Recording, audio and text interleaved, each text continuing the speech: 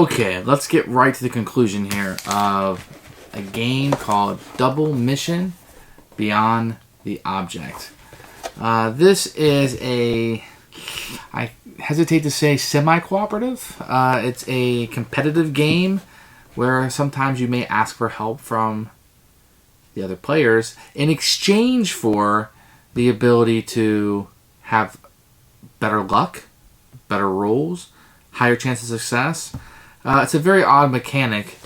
I gotta admit that towards the end of the game, we stopped kind of doing that. I guess in the rules it tells you to keep doing it, keep doing it, keep doing it. It will speed the game up. But we found that it was hard to separate yourself, and you were just giving other people treasures, which was separating them. So it was kind of this odd balance that was going on. The idea of the game is you're going across the world and you're stealing treasures. It's very abstract. You're rolling these dice. Each dice has one failure on it. So it might have two, that you have to roll 2 dice. It might have 3, you roll 3 dice. But in all honesty, you're just rolling dice to find out what happens to you. And you're kind of hoping for the best. There are some ways to mitigate that. You have some tokens where you can do a re-roll. You can ask people to help you, thus giving them victory points if you succeed. Although you get victory points and a treasure, so you're a little bit better off. But you're much better off if you get the victory points yourself and the treasure.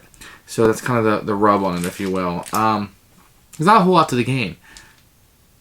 You're going to have the same amount of movement as everybody else, and you're going to move around. One of the saving graces, perhaps, is these powers you have. Each character is double-sided, has a power on each side. I'm not sure that they're completely balanced, but they're there. Some we tend to like better than others, but that might just be groupthink.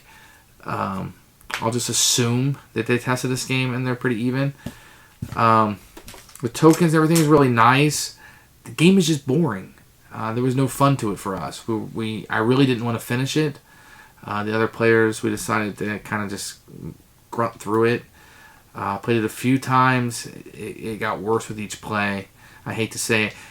This could play for other people or lighter gamers, but there just weren't a lot of decisions to make. Too much was affected by these dice rolling, and not enough by strategic decisions. And it was just kind of a race to get what you could. You have these random things that come out that score victory points. You're trying to get those the best you can, but really you had very little control because it all came down to what you rolled. So not too crazy about that.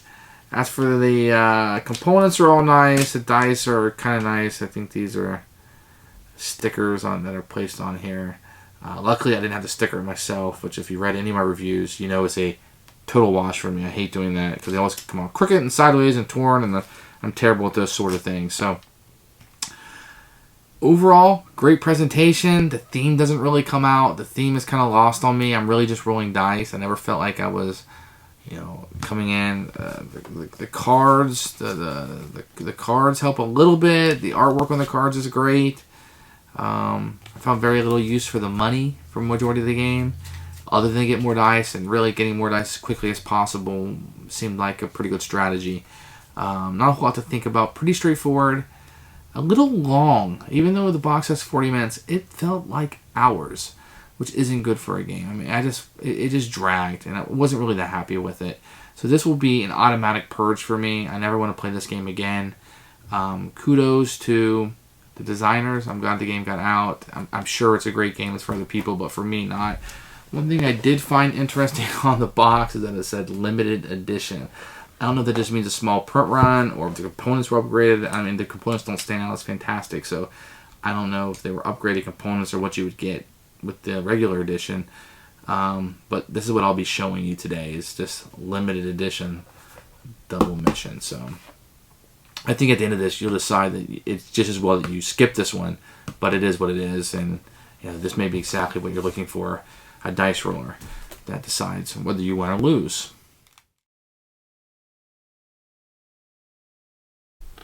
Okay, let's talk about the components really quickly. The board is fairly nice. You're going to have very abstract of all these little cities around the world and the little roads that go to them. This part of here is pretty much useless. This is going to be a little bit of a market up here, which in our games didn't add a lot. These tiles, which you're going to have to stick yourself, which I do not like, but they are fairly nice, although abstract. I think this one is the Mona Lisa, so this is artwork. This one's some gold bars that you're stealing, I guess. This is maybe some ancient artifact. The dice are nice. They're a little bit undersized. There's only one side on it that has the red mark. The rest are there. And if you can look over here on the board, which I found to be sort of nice, which is the probability chart. So they do put some probabilities on the board to kind of give you an idea of what the chances are of that. I've never seen that done before, so that's kind of interesting. These tiles are nice, very thick. You could be happy the icons are easy to see and use. Nothing too hard. They're all explained in the rule book. These plot cards are nice. The artwork are fantastic on it. The prices are easy to see. I didn't have any problems. This is one of the few things I thought brought the theme to life, and the artwork is really, really nice. So if you can see those there, these can be easily seen online too. The artwork is really neat. So the components, you get these little meeples running around. They're just regular Carcassonne meeples. Nothing thematic here, but still a nice fix. So those are the components. Okay, let's go over the rules. It's going to be full color. You're going to have a picture of the components with the names and a picture in color. Woohoo, that's great. We do have the sticker of these tokens, which is a big no-no for me. I don't want to produce a game. I do not want to do this, and mine look fairly good. I had my wife do it, so she's a little bit more artsy than me. Big no-no for me. 2 pages of the game setup. This is a very simple game, so this is very, I always like seeing this when they have the setup of the game. And then the gameplay. Really, it's fairly simple. On your turn, you can move, you can get money. No idea thematically why you're getting money, but you can just get money. Maybe you did a small job or something. There's no attempt to even thematically explain it. Or you can get these plan cards, which basically will help you do things. It costs money for most of these to be played. A few of these are free, but most of these cost money to play, to actually do something. They're going to just break the rules. And then they explain the operations, which is rolling the dice and cooperating and seeing if you have any failures that come up. And then there's some explanation of the cards that go through this. That's fairly useful. What I like also, which more games had, was an example of a turn of the game. This is for a 4-player game. It goes through with pictures on how to play. This game is fairly simple, but it's always where warranted and nicely appreciated. And then you have character cards, explanation of the powers for each of the cards. Really, there's no explanation. It's just what's printed on the card. So it's kind of bizarre they decided to include that. Then explanation of all cards and victory point tokens, it's all included here. Good rule book, I have to say. This is a good rule book. I had no problems playing the game. The game is super simple, but I had no problems learning how to play from the book. The book never got in the way. I loved everything I want a book. This had it in it. Okay, so here's the board set up, and what you have is a little market here. It says 7543, and basically every time somebody sells one of these treasures, you have to sell one kind, and all of them, the market's going to go down, so people aren't going to want to buy them as much. You have a treasure on each city on the location, and each city has, if you can see it there, a shield which tells you how many successes you need on dice in order to take the treasure and the victory points. And then you have a scoring track around. The only thing that's kind of interesting is based on number of players. This will be placed somewhere. And here's 4. It has to go all the way around the board. 3 here. And every time you successfully steal something, it's going to move to the next one. And it's going to be triggered down. So it's not a number of rounds, it's how many successes people have. Everybody's going to get a particular character. This guy, you have 1, 2, 3, 4, 5 to choose from, but they're all double-sided. So the king, whenever you use the first plan card on your turn, you don't have to pay the cost. The other side, on your operation, you can apply the opposite result. When choosing the mission card, you choose 2 mission cards. When you sell the treasures, you always score 7 points per treasure. In each of these, at the beginning of the game, you'll choose one of these and which side you want to use. So basically the way the game is going to work, on your turn, you're going to be able to do 2 actions and 1 operation. You can choose any order. 2 actions, operation, operation, 2 actions, action, operation, action. And basically your actions are you can move. So everybody's going to have one of these guys on the board, which will start anywhere you want, let's say. And this guy can start here. And you can move up to 2 locations. So you have these little roads here you can move on. So I couldn't go here, but I could go 1, 2, and go up there if I wanted to. So you can always move. That's an action. You can take $2 million from the bank. And that's an action. Remember, you only get 2. The third action is you can take one of these plan cards. And basically, you can either take one off the top of the deck, and this one is free to use, and it says during your operation, you can target any city regardless of your location. Or, if you, because you're going to start the game out with 2, you could discard one and then draw 2 cards. And that can be a way to get a card out of your hand you're not going to use. So 3 actions, move up to 2 spots, draw these, or take $2 million from the bank for nothing. No thematic purpose. And then you have an operation. An operation is pretty easy to do.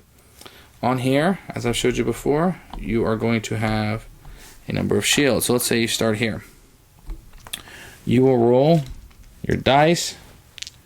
3 dice is what you need to roll because there's a 3 here. You roll them.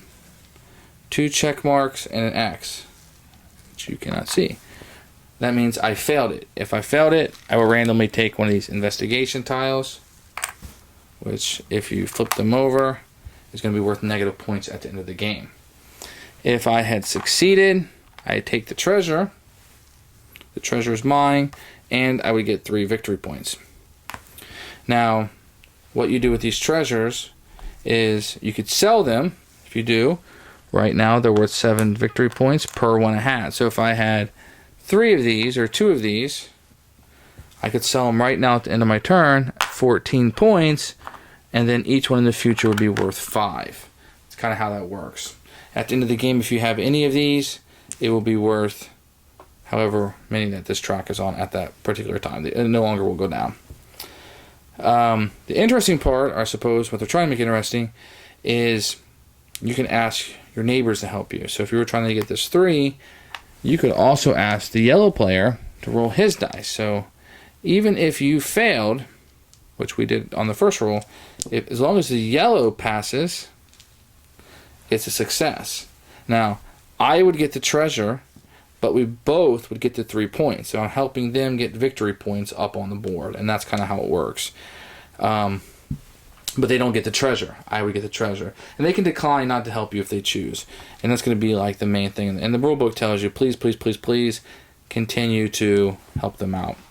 So your game group may or may not be competitive, super competitive, or cooperative in that amount. The only other thing is that some of these will be at the beginning of the game, which give into scores. You can grab these at any time that you have 2 purples. At the end of your turn, you can grab that. If you have 2 of these scrolls, you can grab that.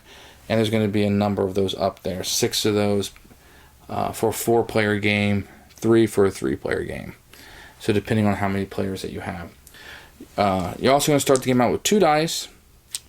And for $3 million, once you pay $3 million, you can get additional dice. And so that's how you're going to continue to get more and more dice. So there's kind of a race a little bit because you're going to need more and more dice. It's not 3 and 3 make 6. It's everybody has to be able to roll 3 in order to participate in the roll. So there's going to be a little bit of a race to get as many dice as possible so you can get these bigger, bigger, bigger points. And that's pretty much double mission. There's not a whole lot to it. What they're going to tell you is most of the fun is going to come through that cooperative nature, which may or may not be there.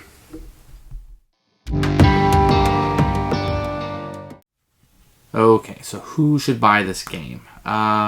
Very light gamers. Somebody who likes rolling dice and likes things to be determined by dice. It's kind of neat that you have to ask for help from other people to increase the percentage of you succeeding, although I don't think the benefit is worth it. By the end of the game, I just didn't feel like it was there. Maybe somebody smarter at math will say it was totally worth it, and giving up the victory points to somebody else. Maybe having the person who's really far behind, who has no chance of catching you, helping you. But we were pretty close most of the game, so it didn't make a lot of sense to have be giving victory points out to other people. It was better for me not to move than for us to move together. I was doing nothing if we were moving together. Maybe getting the treasures. Smarter men than me, I suppose. Non-gamers probably could play this, although I don't think this is the game I would introduce them to. I don't think this is going to be the fun factor of a Ticket to Ride. This will not draw them into the hobby at all. I'm going to say probably stay away from this game. This is not a game that I'm going to recommend to hardly anyone. If you're just into it, the theme captures you, even though the theme is lost, it's totally abstract, I would say to try this one before you buy it. If I can go to the game store at a con or something and try it out. But I'm not going to recommend this game for anyone.